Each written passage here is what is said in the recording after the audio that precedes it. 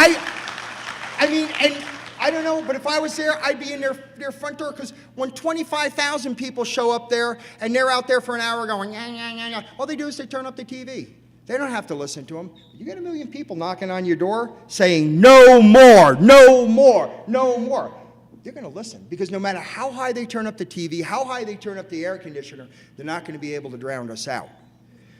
We have to have one voice so loud that we scare the living daylights out of them, that they realize that they, not some foreign terrorist group, but they have awoken a sleeping giant, that they have woken up the patriots in this country, the people who understand and who believe in liberty, who live it, who breathe it, who feel it in their body every day. People like you who've actually come here. Some of you have come here pretty darn far, and I apologize. I'm not the speaker I know you want me to be, but a lot of you have come here really far in order to show your patriotism, in order to show your love of this country.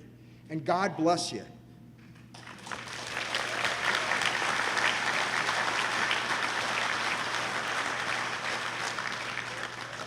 Because if we're not going to do this, if it's not us, then who? And I mean this with all my heart. If not now, then when? If not us, then who? I mean, what, are we going to wait for another generation to stand up to this tyranny? Mount Everest, going back to Greek mythology there. Mount Everest, I mean, we're looking at this mountain and we're told we have to climb it. And we got a good guidebook how to do it. We've got notes from our founding fathers saying how to go up it. But we've never done anything like this. We're not really prepared to do this. And it's like all of us right here. You know, we know as long as we're looking at that mountain and we're not taking that first step, we're not really committing ourselves. We're not, because we can't fail if we haven't tried. And we're standing there, but we'll call up a talk show host and say, you know, I really don't like what's going on in this country. But we don't have the courage to take that first step. And we're not the only little group. All around us, all these little patriot groups standing, looking at that mountain, fearful of it, fearful of once they start, they know they can't stop. Once they start that climb, once they start their mission, they know they're going to have to find it to the end. So we stand perfectly still. And we're going to stand still till there's one of us who takes one step forward, looks at that hill, and that's what he calls it. That hill ain't that bad. Spits in his hand and says, come on, let's climb.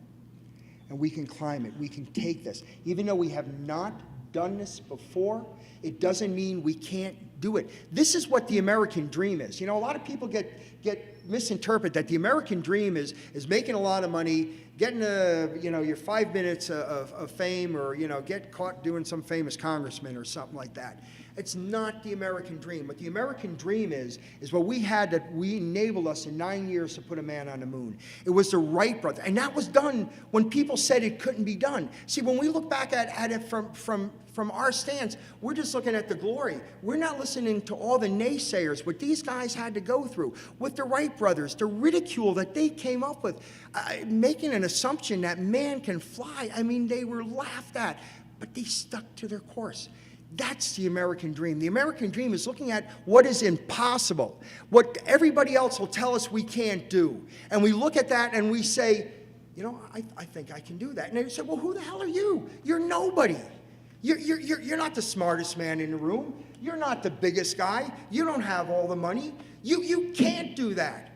But it's the American spirit. It's always been our spirit. It's been in our blood from the Revolution. It's been in every war that we fought. It's been in every wall that Americans have stood on and defended. Benghazi. Benghazi should be our new Alamo. Dorothy and I had a chance to go down to Texas. Somebody was interested in starting a book down there, and we still don't know if we'd take the guy on. But we went down there, and I always wanted to go to the Alamo. We went to the Alamo, and I'm telling you, it was like going to a shrine. To know that 200 men stood against 6,000 Mexicans for liberty and for justice. 200 men. They had dreams. They had families. They had other places that they could have been. They had other aspirations.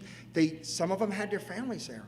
Some of them wanted to be home. I mean, they knew when they walked on that wall what they were doing, what they were pledging their lives to. But they did it anyway.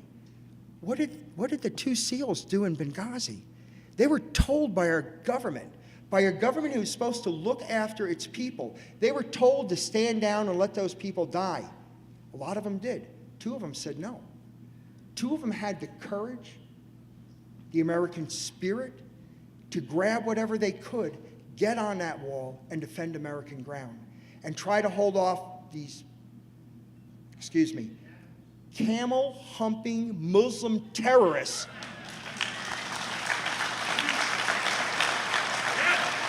hold them off long enough that they allowed people to go. And all the time, they're calling out for help. They're calling to our government. Our government. I bet you dollars to donuts, 90% of you, no matter what your age, if you were there, you saw that happen, and you heard fellow Americans calling out to you, you'd grab a gun and you'd stand alongside them.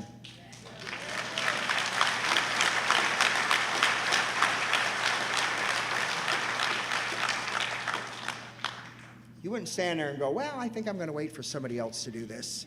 Because if not you, then who? If not at that very moment, that's what these 2 guys had to do. They did what they did at the Alamo. They held off hundreds of people thinking in their mind that their government was going to help them. So don't tell me that we're not at war with our government. And I don't mean, guns and stuff like that. But our government has declared war on patriotism. Our government has declared war on freedom. Our government has declared war on us a long time ago.